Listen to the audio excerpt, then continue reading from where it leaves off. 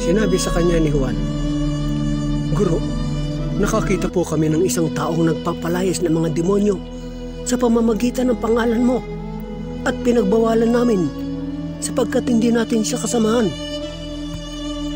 Ngunit sinabi ni Jesus, "Huwag ninyo siyang pagbawalan sapagkat walang taong matapos gumawa ng kababalagan sa pangalan ko ang agad magsasalita ng masama laban sa akin. Sapagkat ang hindi laban sa atin ay panig sa atin. Sinasabi ko sa inyo, sino mang magbigay sa inyo ng isang basong tubig, dahil sa kayo'y kay Kristo ay tiyak na gagantimpalaan. Mabuti pa sa isang tao ang siya'y bitinan ng isang malaking gilingang bato sa leeg at itapon sa dagat, kaysa maging sanhi ng pagkakasala ng isa sa maliliit na ito na nananalig sa akin. Kung ang kamay mo ang nagiging sanhi ng iyong pagkakasala, putulin mo.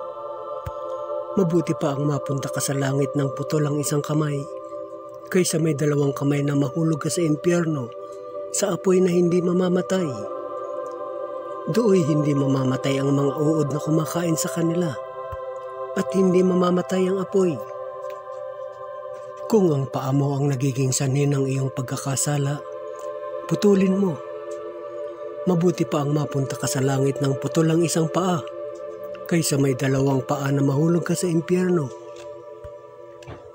Dooy hindi mamamatay ang mga uod na kumakain sa kanila, at hindi mamamatay ang apoy. At kung ang mga mata mo ang nagiging sanhi ng iyong pagkakasala, tukitin mo. Mabuti pa ang pumasok ka sa kaharian ng Diyos ng bulag ang isang mata, kaysa may dalawang mata na mahulog ka sa impyerno. Dooy hindi mamamatay ang mga uod na kumakain sa kanila, at hindi mamamatay ang apoy.